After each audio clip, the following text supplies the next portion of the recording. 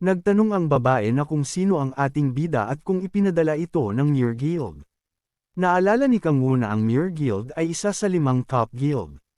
Sinabi ni Kang Woo sa babae na hindi niya alam ang pinagsasabi nito, at hindi siya kabilang sa anumang guild. Nagkamkam ng kamay ang babae at sinabi nagtanong sa ating bida na kung nagsisinungaling ito sa kanya, na ang tulad nito ay wala sa guild. Tanong ni Kang Woo sa babae na kung saan naman itong guild kabilang. Kumpiyansang sinabi ng babae na, mangyaring siya ang isa 5 pinakakilalang si Red. Di pa niya natatapos ang kanyang sasabihin ay bigla siyang napamura dahil lihim ang kanyang pagkakakilanlan. Masyado siyang nagmadali kaya kailangan niyang magpakalma. Habang siya ay nagsisilita ay tumalikod si Kang Woo at nagbayad ng bill sa lalaki, kaya nagliliyab sa galit ang babae dahil tinalikuran siya ng ating bida. Habang sinasabi nito na saan ito pupunta kinakausap niya pa ito. Napabuntong na lang si Kang Woo dahil hindi siya tinitigilan ng babae. Lumapit ang babae sa ating bida habang sinasabi na wag ito kung saan-saan pumupunta at magbigay na lang ng seryosong tugon. Dahil wala pa siyang naririnig na ang isang A-rank player ay wala pang guild na kinabibilangan. Bigla siyang napatigil sa pagsisilita matapos ipakita ni Kang Woo ang kanyang player card. Nakita ng babae na D-rank lang si Kang Woo kaya napatanong siya kung bakit D-rank lang ito. Tanong ng babae sa ating bida na kung beginner lang ito. Tugon ni Kang Woo na ganun na nga, at mag-ingat ito dahil muntik na siyang mamatay sa atake nito kanina. Napaisip ng malalim ang babae dahil madali lang sana niyang matatalo ang ating bida kung isa lang talaga itong beginner. Napatanong pa sa isip na kung ang kakayahan nito ay pang D-rank lang. Tanong ni Kang Woo sa babae na kung tapos na ito ay aalis na siya, sabay talikod, habang ang babae ay naiwan ng may pagtataka sa isip. Naisip ng babae na kung ang ating bida ay si. Nang makalabas na ng computer shop si Kang Woo ay kinamkam niya ang kanyang kamay at naisip na nawala ang kanyang kapangyarihan kaya mahina na siya ngayon, pero nananatili pa rin ang kanyang fighting reflexes mula sa ilang taong karanasan. Pero hindi niya inaasahan na makakakilala ng taong kasing level niya. At ang huling galaw nito ay sinakop ang kanyang paningin. Napabuntong hininga na lang si Kang Woo at naisip na kung sino talaga ang babaeng iyon. Sa isang banda ay may nagbukas ng bintana, sabay may lumabas dito at tumalon pababa. Ito pala ay ang babaeng nakalaban ni Kang Woo sa computer shop. Matapos malaman na walang tao sa paligid ay kinuha niya ang cellphone at may simbolo ito ng Red Rose. May tinawagan ng babae at agad namang sumagot ang Red Rose Strategy Team, sabay inutos ng babae na ikunikta siya sa HR. Sumagot ang lalaki sa telepono at sinabing siya ang Red Rose HR leader, Park Hyun-woo, sabay tanong na kung may mali ba. Tanong pa na kung ang kausap nito ay ang guild leader Cho Yeonju. Sinabi ng babae sa kausap nito na may gusto siyang paiimbestigahan dito, at ang bagay na iyon ay napaka-importante. Tanong ng lalaki na kung ang tinutukoy nito ay ang religion na sumasamba sa demon. Sagot ng babae na pwedeng oo pwedeng hindi, habang nakumkam ang kamay. Salaysay nito na isang tao na itinatago ang pagkakakilanlan pero nakakahinala. Tiningnan niya ang player card nito. At ang pangalan nito ay Oh Kang Woo. At sinasabi nito na isa lang siyang D-rank player. Tugon ng kausap nito na, ibig sabihin na wala itong mana discerning device, kaya madali lang nitong napipiki na higit pa sa C-rank card. Dagdag pa ng lalaki na kung si Kang Woo ay D-rank na sumasamba sa demon, ay gagala ito at papatayin ang mga kasing level nito. Paliwanag ng babae na hindi si Kang Woo nabibilang sa ganong level. Napakalakas nito para mahulaan ang kanyang mga galaw. Paliwanag ng lalaki na kahit hindi ibigay ni Cho Yeonju ang lahat ng kapangyarihan nito, ay walang sino man sa sumasamba sa demon ang makakapag-react sa galaw nito. Naisip ni Cho Yeonju na kailangan pa niyang mag-imbestiga ng mas matindi sa demonic religion. Pero walang sino man ang makakapantay sa kanyang level. Sa totoo lang wala, pero ang bastardong si Kang Woo na naiwasan ang lahat ng kanyang atake. At ang reflexes ay maaaring mungkahi ng lalaki sa telepono na base sa mga kakayahan ni Kang Woo, maaari itong isang manager o isang leader. At ibig bang sabihin nito na ang demonic religion ay nagsisimula ng maging seryoso?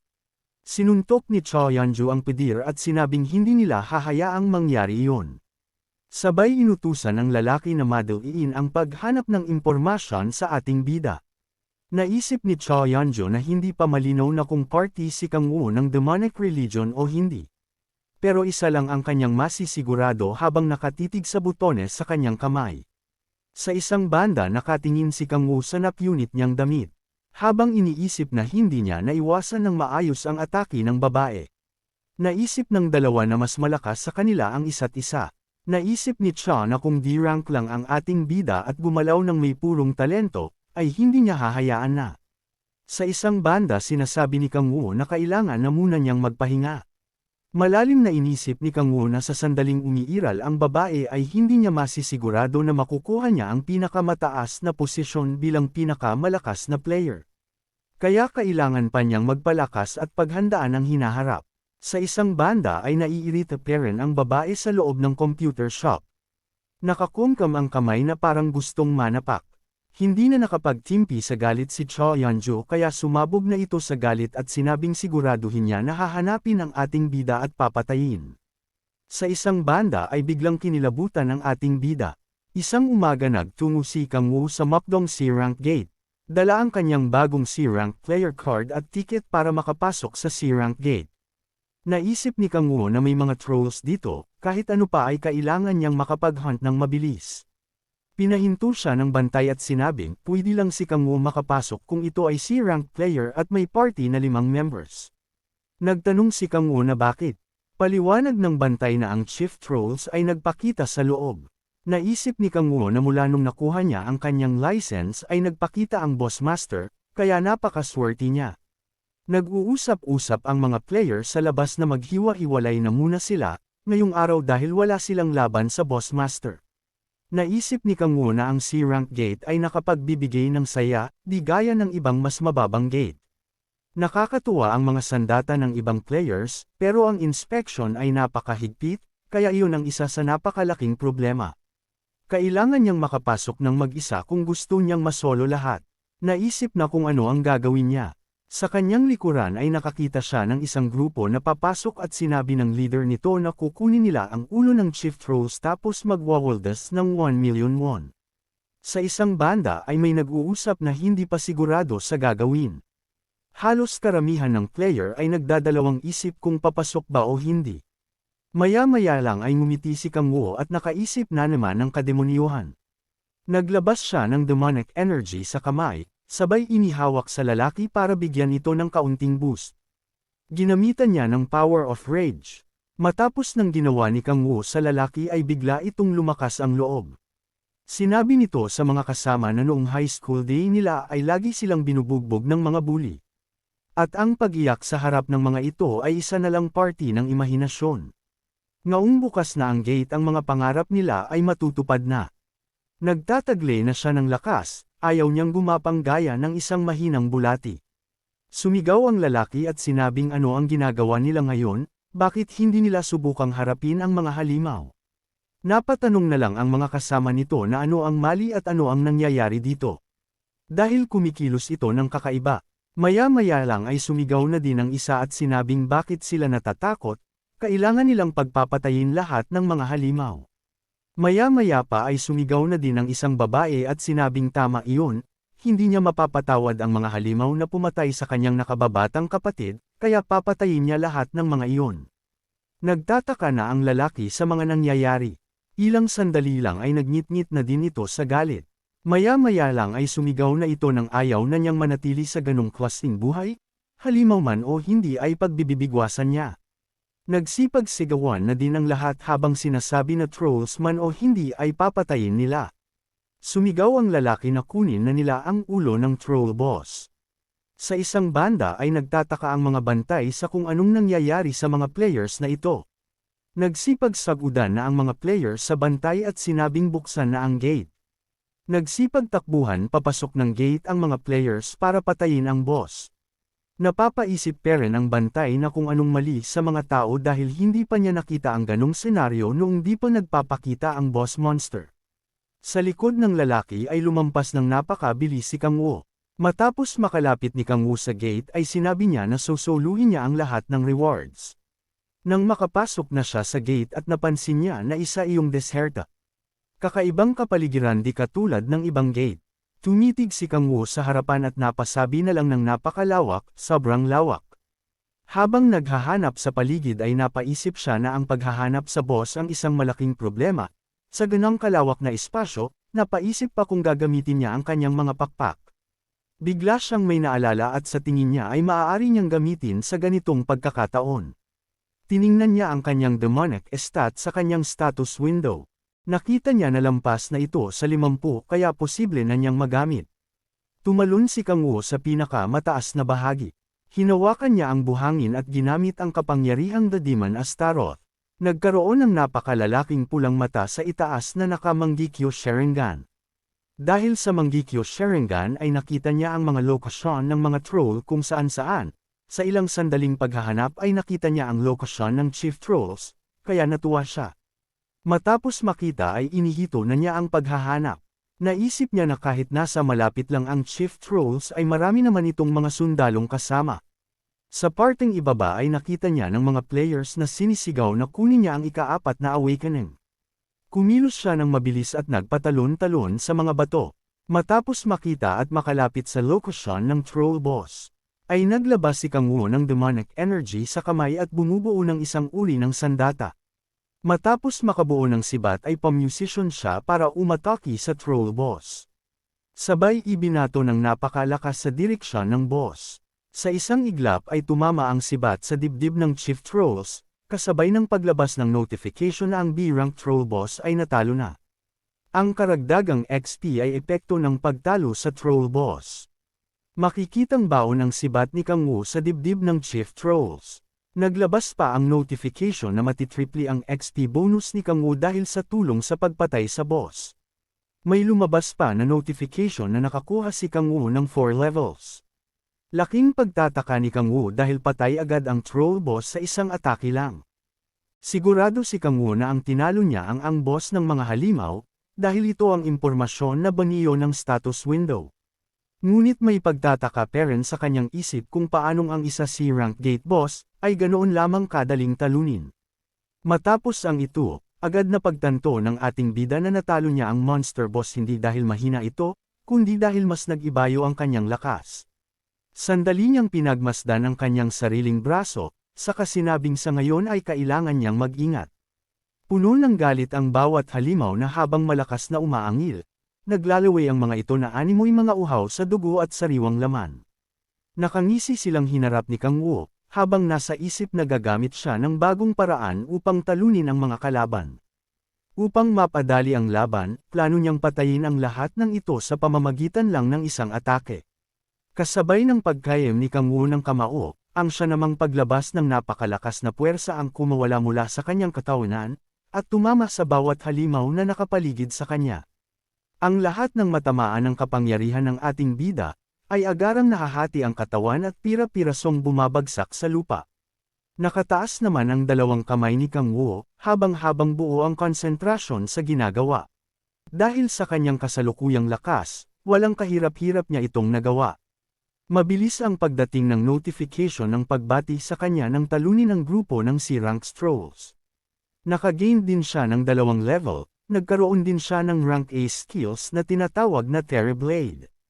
Ito ay dahil sa consistent niyang paggamit ng kanyang special ability, kaya't mabilis siyang nagkaroon ng skills. Nang makita niyang paparating at papasugod ng muli ang mga natitirang trolls, naisip niyang gamitin ang bago niyang skills, habang nakatingin at nakangiti sa paparating na kalaban.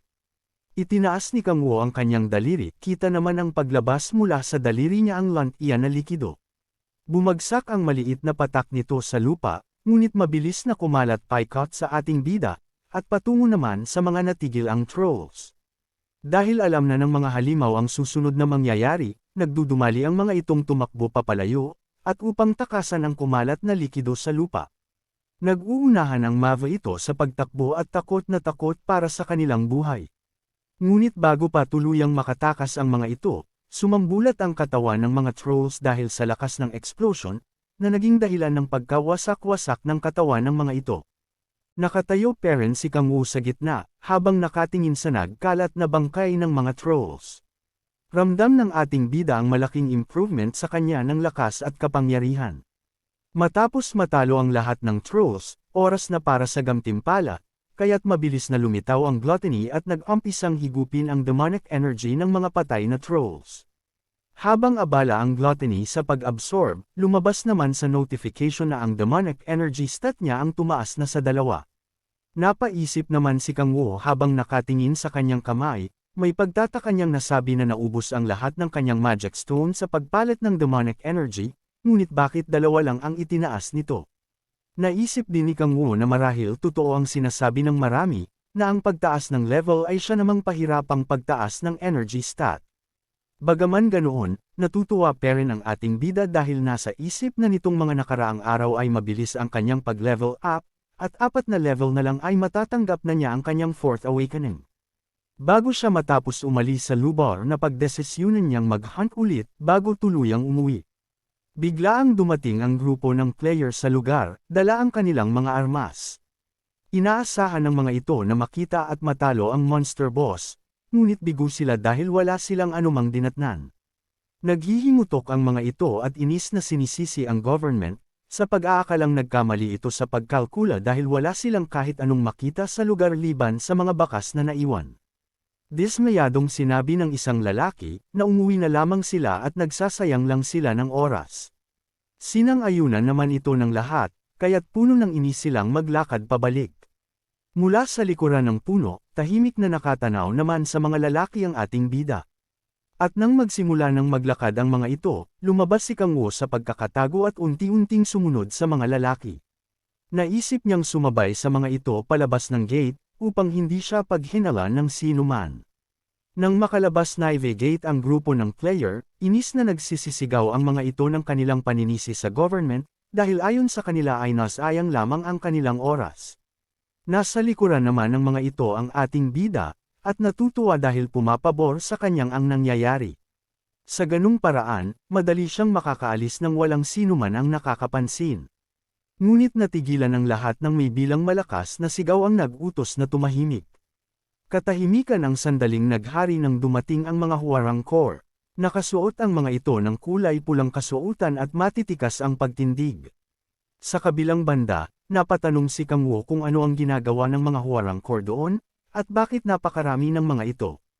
Inis niyang gusto na niyang umuwi at ayaw niyang magsayang ng oras sa bagay na yon.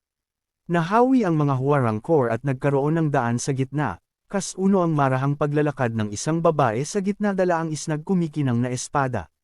Base sa kasuotang suot nito, meron itong mataas na katungkulan sa core. Ang babaeng ito ay si Baek Hyeon, ang Huarang Core 3rd Unit Commander. Nang makarating sa unahan, itinuon nito ang kanyang espadang nakakaluban sa lupa, kasunod nagmalakas na utos ng katahimikan. Matapos tumahimik ang lahat, nagsimulang sabihin ni Baek Hyeon ang pakay ng Huarang Core sa lugar. Sinabi nito na nakatanggap sila ng ulat na merong mga cow players ang pumapasok sa D-Rank Gate, at nandoon sila upang imbestigahan ang bawat player na pumasok dito. Isa-isa nilang sinusuri ang player card ng lahat ng naruroon, habang si Kang Wu naman ay seryosong nagmamasid. Nasa isip niya na maaaring siya ang hinahanap nito, dahil sa kanyang patagang pag-iimbestiga sa demonic religion, kaya't naisip na mabilis na tumakas sa lugar, ngunit dahil marami ang mga matang nakatingin, hindi niya ito magawa lalo na at nagmamasid ang matikas na commander ng mga Huarang. Halata sa dito ang pagiging makapangyarihan, kaya't alam ng ating bida na agad siyang mapapansin nito kapag sinubukan niyang tumakas. Ngunit dahil sa pagiging desidido, nag-umpisa siyang humakbang ng dahan-dahan tanan ang pagnanais makalayo sa lugar, nang may biglang tumawag sa kanya at hiniling mamakita ang kanyang player card. Gulat na napalingon si Kang Wu sa likuran nang makita si Hyeon, habang seryosong nakatingin sa kanya. Nakangiti ngunit may halong kaba naman na iniabot ni Kang Wu ang kanyang card, habang iniisip kung ano ba ang dapat niyang gawin. Mahigpit na sinuri ni Hyeon ang player card ng ating bida. Habang si Kang Wu naman ay tahimik lang at nasabi sa isip na mukhang gumagawa na hakbang ang mga cow players. Nagsalita si Kang Wu at pinuri ang commander na si Hyeon, dahil ito mismo ang personal na gumagawa ng investigasyon. Sumagot naman si Hyeon na dahil siya ang kanilang commander, hindi niya maaaring basta pabayaan ang kanyang mga tauhan. Napahanga naman si Kang Wu sa narinig at nasabi sa isip, na isang macho woman ang commander na kaharap. Nagsalita si Kang Woo at sinabi sa kaharap na napaka-cool nito, saka itinanong kung marami bang mga cow players ang hinahanap nila. Sandaling natigilan si Heian saka sinagot ang tanong ni Kang Woo, sinabi nito na madami nga ang mga cow players, kaya't agaran silang nag-iimbestiga. Matapos suriin ang player card ng ating bida, agad din niya itong iniabot pabalik kay Kang Woo. Muling sinabi ni Kang Woo sa commander na ang pagpatay ng sa mga monsters bilang kabuhayan ay sapat na, ngunit nakakatakot ang pagpatag ng tao para lamang sa pera, saka kinuha ang kanyang card na iniabot ni Heian. Sinang-ayunan naman ni Heian ang sinabing ito ng ating bida, saka sinabing nakakatakot nga talaga ang kayang gawin ng pera. Dagdag pa nito, na pera marahil ang dahilan ng mga cow players. Nang marinig ito naningkit ang mga mata ni Kang Woo na natigilan, alam niyang nagsisinungaling ang commander na kaharap, dahil sigurado siyang alam ng mga ito ang tungkol a demonic religion. Nagpaalam na si Heian sa ating bida, at akmang aalis na ito nang minsan pa ay muling magsalita si Kang Woo. Nakiusap siyang sabihin ni Heian ang pangalan ng cow player na hinahanap nila, upang kaagad na may pagbigay alam niya sa mga ito, kung sakaling makita ang hinahanap na player. Nagpasalamat si Heian sa offer ni Kang Woo, ngunit mabilis ding tinanggihan ito at sinabing sila na ang bahala sa bagay na iyon. Dagdag pa ng commander na ang pinakamahalaga sa kanila ay ang kaligtasan ng bawat player, kaya't pinaalalahanan si Kang Woo na mas magiging ligtas para sa kanya sa D-Tank Gate. Sinabi pa ni Heian kay Kang Woo na mukhang mabuting tao ang ating bida, at hiniling na dumami pa nawa ang kagaya niya, habang nakangiti siya kay Kang Woo. Nagpasalamat naman si Kang Woo sa papuring natanggap, ngunit nasa isip na kung dadami ang katulad niya malalagay sa panganib ang commander, habang may nakakalokong ngiti. Nakatingin siya sa papalayong huwarang commander, habang malalim na nag-iisip. Sa mga oras na yun sigurado na siyang nag-iimbestiga ang government tungkol sa demonic worshippers. Matapos ang mahabang araw, napagdesisyunan na niyang umuwi. Ngunit bago umalis, kinuha niya ang kanyang cellphone saka mabilis na tinawagan si Teso, sinabi niya rito na kailangan nilang magkita. Pagkaraan ng ilang araw, makikita ang tatlo na magkakasama sa iisang cafe. Agad na binati ni Teso si Kang Woo nang makita niya ito, saka hinarap si Sola at tinanong kung siya ba ang sinasabing healer ng kanyang brother Kang Woo. Nakangiti namang sumagot si Sola ng oo, saka nagpakilala kay Teso. Mang pang-asar naman na nakangiti si Tesong sinabi kay Kang Woo na bagay sila ni Sola, habang nakatitig sa dalawa. Iniba naman agad ni Kang Woo ang usapan at sinabing kagaya ng sinabo niya noon kay Teso, nais niyang isama nito si Sola upang mag-hunt sa D-Rank Gate. Walang og-tot-utol naman na sumagot si Teso na karangalan para sa kanyang makasama si Sola, saka ito tinawag na sister-in-law. Nabigla at napalingon si Kang Woo kay Sola upang tingnan ang reaksyon nito. Gulat namang inulit nito ang sinabi ni Teso na sister-in-law. Sa mahina at mabagal na tono, nakangiti pang dinagdag ni Teso na hindi kailangan mahiya ni Sola, saka hiniling dito na sabihin ang kanyang kayang gawin. Sinabi ni Sola na ang kanyang special ability ay tinatawag na Blessing of Light, binibigyan siya ng kakayahan nitong manggamot at kaya rin niyang mas mapalakas ang isang tao. Dagdag ni Sola na mahina pa siya ngunit kaya rin niyang umatake. Namangha si Teso sa narinig, at nasabing bihira sa mga healer ang may ganoong kakayahan. Kaya't siguradong pag nalaman ito ng Haniel Guild susubukan nilang makuha ang kanyang sister-in-law. Natawa naman si Sola nang marinig ang sinabi ni Teso, saka nagpasalamat sa papuri nito. Nanlalaki naman ang mga mata ni Kang Woo habang tahimik na umiinom ng iced tea. Napatingin siya kay Suka at nakaramdam ng kilig, nang maisip na hindi man lang ito kumontra nang tawagin siya ni Teso na sister-in-law. Patuloy ang kanilang masayang usapan, habang umiinom ng mainit na Amerikano si Teso na parang beer kung laklakan nito. Nagtanong si Kang Woo kay Teso kung nakahanap na ito ng mga kandidato para maging damage dealer. Sagot ni Teso na may 2 tao na siyang naiisip. Ipinaalam sa kanya ng mga ito na nakapag-second awakening na sila, pero napakatalentado ng mga ito kaya nakakapagtaka kung bakit wala ang mga itong guild na kinabibilangan. Pagmamayabang pa na siya si Kang Teso, magaling siyang kumilatis ng character, kaya siguradong magugustuhan din sila ng ating bida. Nag-iba ang reaksyon ni Kang Woo matapos marinig na sabihin ni Teso na magaling ito humusga, samantalang muntik na itong mamatay ng mga sinamahan nito noong nakaraan. Dagdag pa ni Teso na nagkakamali din naman siya minsan, pero madalas malakas ang pakiramdam niya. Paliwanag pa ni Teso na kilala na niya ang mga ito simula pa nung siya ay beginner na nanghahunt ng goblin. Kaya sigurado siya na katiwa-tiwala ang mga ito. Mungkahi ni Teso sa ating bida na kung ayos lang sa ating bida ay ipapakilala niya ang mga ito kay Kang Wu bago sila manghunt. Sagot ni Kang Wu na ayos lang sa kanya iyon, sabay tanong kung ayos lang din kay Sola. Sumangayon lang naman si Sola. Namula si Sola at nagbulaklak ang paligid habang sinasabi na gusto niya mag-level up ng mabilis para masamahan na niya si Kang Wu. Namula din naman ang ating bida at namuklaklak ang kapaligiran, sabay sabing gawin lang ni Sola ang gusto nito, at ang pinakamahalaga ay kaligtasan nito. Sa isang banda ay kilig na kilig ang dambuhalang lalaki sa kanyang nasasakaihan. Mungkahi ni Teso sa ating bida na magkita sila sa nearest Ikeon sa sunod na araw, sasabihin niya sa ating bida ang eksaktong lokasyon mamaya. Sagot ni Kang Wu na bakit napakalayo, kung meron namang mas malapit na D-rank gate. Paliwanag ni Teso na sa halip na ang huntingin nila ay lizardmen ay iniisip na lang na ang huntingin ay ang trolls na lilito sa D-rank gate sa East Ikeon. Namangha si Kang Wu at napatanong na kung beginner level D-rank trolls ang mga iyon. Paliwanag ni Teso na mas malakas ang mga iyon sa mga lizardmen kaya mas mapapabilis ang kanilang paglakas. Sinabi ni Kang Wu na magandang idea iyon, habang iniisip na matalino si Teso, wala nang mas higit pa dito bilang kasama. Sinabi ni Kang Wu na magkita sila bukas. Tanong ni Teso na kung aalis na agad ang ating bida. Sagot ni Kang Wu na may kailangan pa siyang gawin ngayong araw, tanong ni Teso na ano naman iyon. Nag-inat si Kang Wu at sinabing ang pagpapa-level up. Ayon kay Kang Wu na nasa level 29 na siya, kunti na lang at malapit na siya sa ika-4 na awakening, kaya magsisimula na ulit siya. Ginamit na ulit ni Kang Wu ang kanyang Mangekyou Sharingan, ang omniscient power mula sa taas ng bundok, para makita ang mga lokasyon ng kanyang target. Habang naghahanap ay nakakita siya ng 8, kaya agad niyang pinuntahan ang mga trolls at inatake. Dumaan si Kang Wu sa gitna ng mga trolls ay nalalaslas na agad ang mga leeg ng mga ito. Nagbuntong hininga si Kang Wu habang pinapagpag ang mga dugo sa kanyang blade, habang nag-iisip na kung ilan pa ang dapat niyang patayin. Maya-maya lang ay may bigla siyang napansin na kakaibang amoy. Amoy ng dugo ng mga tao. Dali-dali niyang pinuntahan ang lokasyon ng pinanggagalingan ng amoy ng dugo ng tao habang iniisip na normal lang naman iyon sa lugar ng pinaglalabanan. Pero ang amoy ng dugo ay mula sa isang massacre na at least nasa 6 na katao.